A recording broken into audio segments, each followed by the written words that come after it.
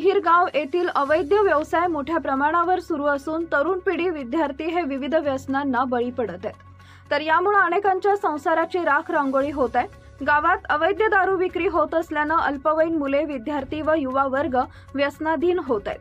त्यामुळे विहिरगाव गावातील संतप्त महिलांनी वडकी पोलीस स्टेशन गाठत ठाणेदार सुखदेव बोरकडे यांना निवेदन दिले। तसेच राज्य उत्पादन शुल्क विभाग पांढरकवडा यांना निवेदन देऊन गावात सुरू असलेले अवैध दारू विक्री यावर कायमस्वरूपी बंदी घालावी अशी मागणी निवेदनातून केली आहे। अन्यथा तीव्र आंदोलन छेडण्याचा इशाराही यावेळी महिलांनी दिलाय। यावेळी उपसरपंच कपिल वगार हंडे, जित्रूजी कोडापे, प्रतिभा गेडाम, सुगंधा तोडासे, संगीता कुळसंगे, मंदा शेलवटे, अमित राऊत, रामचंद्र गेडाम, नत्तूजी मडावी, प्रमोद नेहारे, गणेश शेंद्रे, हिम्मत कुळसंगे, अरविंद कोडापे, मयूर मुरखे यावेळी असंख्य महिला व नागरिक उपस्थित होते। महाराष्ट्र क्रांती न्यूज साठी यवतमाळ जिल्हा प्रतिनिधी रजत चांदेकर। नमस्कार, मी कपिल वगारांडे, उपसरपंच ग्रामपंचायत चिखलीगाव।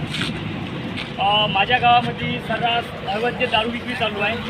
जसे खरं गावामध्ये किराणा दुकान असते अशा प्रकारे माझ्या गावात 3 दारूचे दुकान आहे। एक दुकान तर शाळेला लागून आहे आणि दररोज दारू पिणाऱ्यांची संख्या एवढी वाढलेली आहे की दररोज 10-12 लोक असे पडून असतात। आमचा गाव या दारूमुळे अतित्रस्त झालेला आहे। आमचा गाव पेसात आहे। पेसा हा कायदा आहे 1996ला संसदेत पारित झालेला।